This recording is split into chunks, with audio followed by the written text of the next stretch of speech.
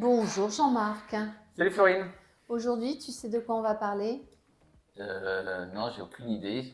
On va parler de mon nez. Allez, on va On parler va du nez. parler de la rhinoplastie médicale et quelle avancée! Eh oui, ça a révolutionné la prise en charge des nez avec des petites anomalies. C'est de plus en plus populaire. Alors, j'aimerais que tu nous expliques en quoi consiste cette rhinoplastie médicale qui peut se substituer à la rhinoplastie chirurgicale. Alors, le profil d'une patiente ou d'un patient peut se manifester par une petite bosse, d'accord, qui donne un effet disgracieux. C'est vrai qu'aujourd'hui, on est dans un monde de perfection, ce qui fait que les gens n'acceptent plus du tout leur petite bosse. L'acide hyaluronique, en fait, consiste à venir combler les endroits où, en fait, on a des creux. Donc, à partir de ce moment-là, on va pouvoir venir mettre un peu d'acide hyaluronique au regard en amont et en aval de la petite bosse, de manière à venir effacer la bosse qui apparaît. Donc j'ai un petit bosse, j'en mets un peu avant, un peu après, finalement je couvre, je masque la bosse, et de ce fait, je me retrouve avec un profil qui est beaucoup plus harmonieux, sans avoir le côté irrégularité. Alors, tu disais se substituer à la chirurgie. Oui, par rapport au fait qu'on peut en chirurgie venir raboter et qu'en médecine esthétique, on va venir combler en haut et en bas. La seule chose, c'est qu'il y a des déformations, par contre, du nez qui, elles, ne peuvent avoir recours qu'à la chirurgie. On est bien d'accord, il y a toujours des limites dans n'importe quel acte. Alors, quel type d'imperfection? J'aimerais quand même que tu rentres dans le détail, parce qu'on parle de la bosse, mais il peut y avoir aussi d'autres imperfections non, sur un nez. Et y a-t-il des limites tu vois, tu as des patientes qui peuvent venir te voir et tu vas leur dire, bah non, c'est pas possible. Bien sûr. Alors, on va bien définir ça. Sur un nez, on peut avoir une bosse. La bosse, on peut la camoufler sans aucun problème avec l'acide hyaluronique.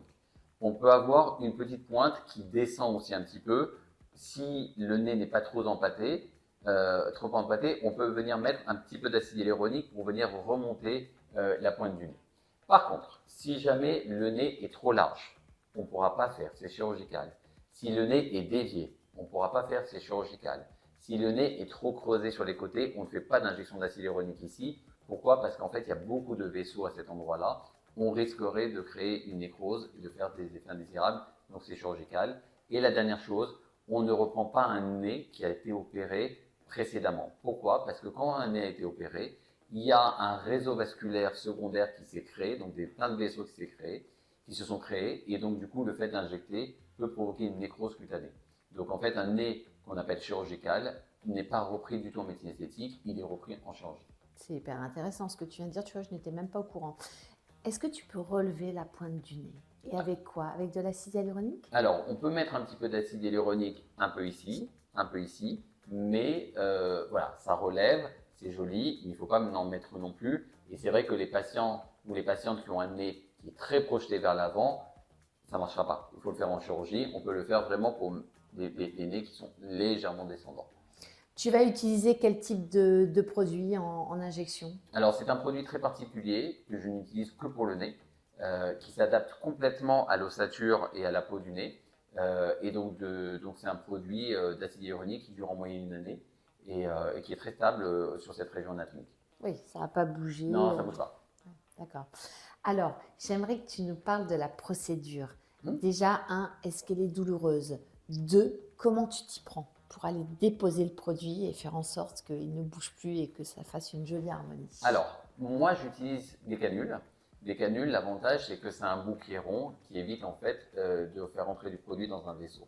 Donc en fait, je passe par le milieu, on fait ce qu'on appelle un pré-trou, et avec ce pré-trou, on va venir mettre cette petite bande d'acide hyaluronique sur le côté, d'une manière à venir équilibrer l'arête nasale.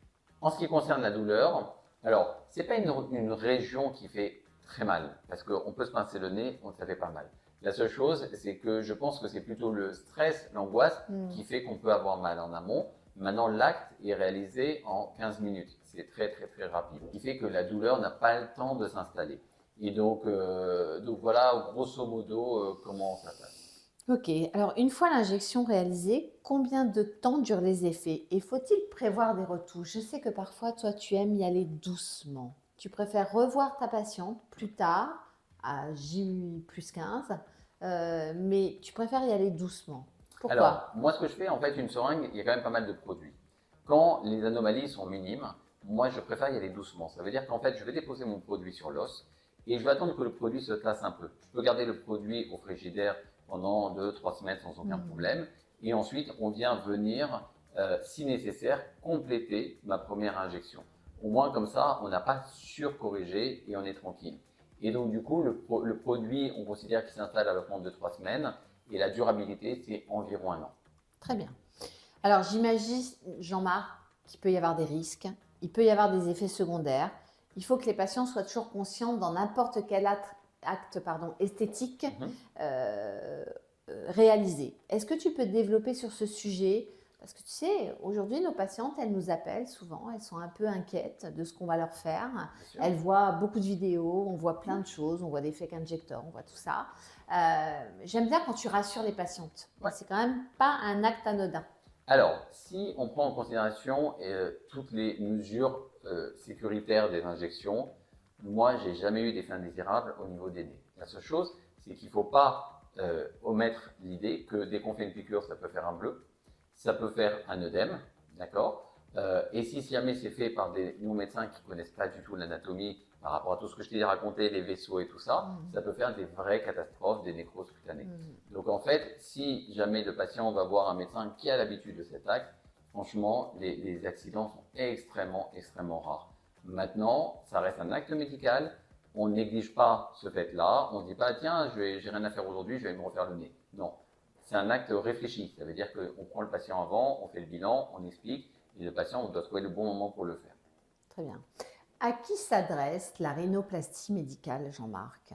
Est-ce que tu peux injecter une jeune patiente, une adolescente, par exemple? Alors, si la gêne, parce que c'est vrai que des fois, il y a des nez qui ne sont pas faciles, si la gêne est importante, je vais presque dire que c'est le seul acte pour lequel je pourrais réduire l'âge de démarrage de la rhinoplastie médicale. Maintenant, si jamais c'est un caprice, si jamais on a envie de se faire plaisir ou quoi que ce soit, moi je dis il faut y aller doucement vers 20-25 ans pour le faire, parce qu'il faut savoir qu'après il faudra le refaire à peu près une fois par an, une fois tous les 2 ans. Donc de bien démarrer à l'âge qu'on considère être le bon âge pour le faire. De toute façon, tu laisses toujours un délai de réflexion Oui, à c'est tes très important. patients, de prendre ce temps. On ne fait jamais les choses dans l'urgence au cabinet. C'est une certitude. Alors, quelles sont les principales précautions à prendre avant et après une séance? Est-ce qu'il faut prendre par exemple de l'arnica? Est-ce qu'après, il faut éviter de toucher son nez? Voilà, c'est pareil que pour les yeux. Voilà, c'est quand même une région Bien où sûr. on aura envie d'aller masser. Est-ce qu'il faut y toucher? Alors, les suites des injections d'acide hyaluronique sont communes à toutes les injections d'acide hyaluronique. C'est-à-dire que l'acide hyaluronique, c'est un gel, donc c'est un produit qui est assez mou, et donc du coup, il ne faut pas venir l'écraser. Donc, de ce fait, les patients, par exemple, qui portent des lunettes, quand la barre des lunettes repose sur le nez, il faut changer de lunettes. Il faut prendre des lunettes qui reposent sur les arêtes nasales. Parce que si jamais tu as une barre sur le nez qui appuie sur le produit va se creuser avec le temps. Donc en fait, ça c'est un point important. Après, le reste des contre-indications sont les mêmes partout, il ne faut pas toucher, il faut laisser le produit en place. Mais après une rhinoplastie médicale, on a une vie tout à fait normale.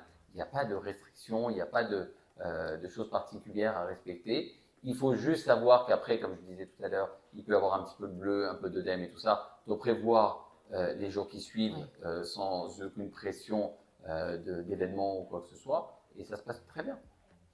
J'ai une question, Jean-Marc. La rhinoplastie médicale peut-elle remplacer à long terme la chirurgie? Parce que tu sais, il y a de plus en plus de patientes qui ont peur de faire des chirurgies, qui préfèrent trouver des alternatives. Est-ce que tu penses que c'est une alternative qui est temporaire ou qui peut être sur du long terme comme ça Alors, moi qui travaille avec des correspondants chirurgiens, si on a une vraie anomalie, une vraie bosse à faire disparaître, et que la patiente me dit, voilà, j'aimerais de toute façon définitivement la faire disparaître, au lieu de faire chaque année des injections d'acide hyaluronique, franchement, ça vaut le coup de le faire. Et si on en sent le courage, si on se sent capable de faire l'intervention, ça vaut le coup de le faire une fois pour toutes. Vraiment. Moi, je ne suis pas pour dire ah non, on doit garder les patients en médecine esthétique et tout ça. Je pense que les chirurgiens sont très bons pour ça. Et c'est pour ça que je m'entoure de très bons correspondants. et de se dire, à un moment donné, quand on atteint nos limites en médecine esthétique, on peut passer la main en chirurgie. Et par rapport à ce que tu disais à juste titre, la rhinoplastie médicale peut être en fait une solution temporaire de manière à voir finalement quel serait le nez sans la bosse, si on l'accepte ou pas, et de se dire, bon, mais finalement, si j'adore tellement la rhinoplastie médicale, j'ai deux solutions. C'est soit effectivement de le faire régulièrement en médecine esthétique, de le faire une fois par an, une fois tous les 2 ans, soit de la faire disparaître définitivement. Par contre, pour toutes les indications dont on parlait tout à l'heure, les déviations, les narines larges et tout ça, nous, on est incompétents en la matière. C'est vraiment de la chirurgie. Bon, j'imagine, Jean-Marc, que tu vas nous parler de ton dernier petit conseil. Un conseil, tout simplement? Alors, un conseil, c'est d'avoir une petite bosse sur le nez. C'est pas un drame. Ça arrive à des milliers, des millions de personnes dans le monde. Donc, en fait, il ne faut pas en faire une maladie. Il y a des solutions.